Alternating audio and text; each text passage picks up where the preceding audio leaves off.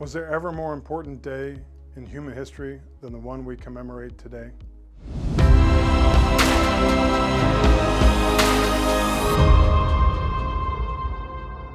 Today we commemorate the Annunciation of the Lord.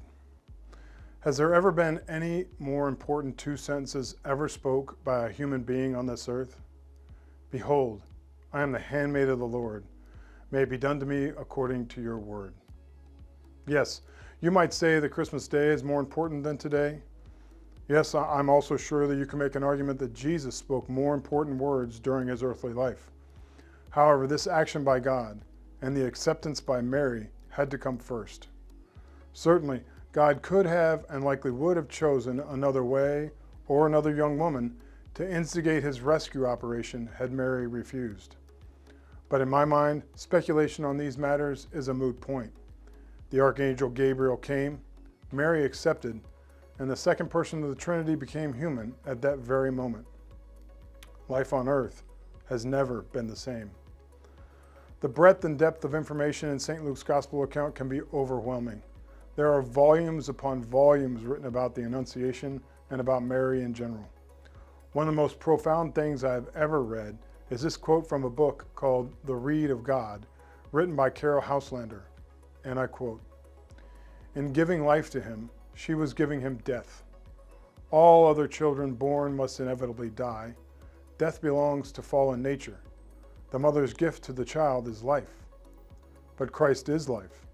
Death did not belong to him. In fact, unless Mary would give him death, he could not die. Unless she would give him the capacity for suffering, he could not suffer. He could only feel cold and hunger and thirst if she gave him her vulnerability to cold and hunger and thirst. He could not know the indifference of friends or the treachery or the bitterness of being betrayed unless she had given him a human mind and a human heart. That is what it meant to Mary to give human nature to God.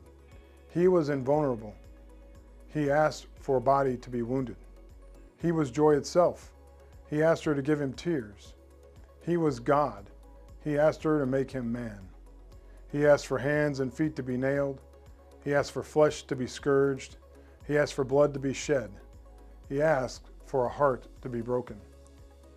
Modern science has expounded upon the interconnection of Mary and Jesus. Doctors have learned that babies in the womb and their mothers swap DNA. In other words, after birth, some of the DNA of the baby remains part of the mother, and some of the DNA of the mother remains with the child. This fact certainly speaks volumes as to the inherent connection we see and experience with our own earthly mother.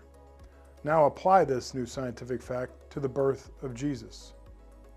Finally, there are also copious amounts of artwork dedicated to the Annunciation and Mary, likely more than of any one human being who ever lived.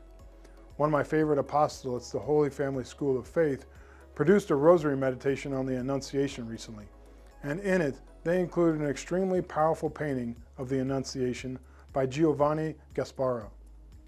Here it is. The writer of the Rosary Meditation shared these thoughts about the painting.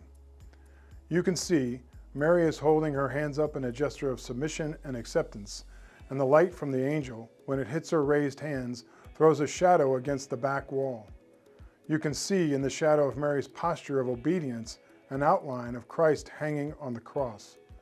Because Mary wasn't just saying yes to pregnancy, she was saying yes to salvation. She was saying yes to Calvary. Brothers and sisters, we are called to be handmaids and servants of the Lord. Mary and her Son have shown us all the pattern we are to follow. Let us embrace our own crosses as we continue through this Lenten season.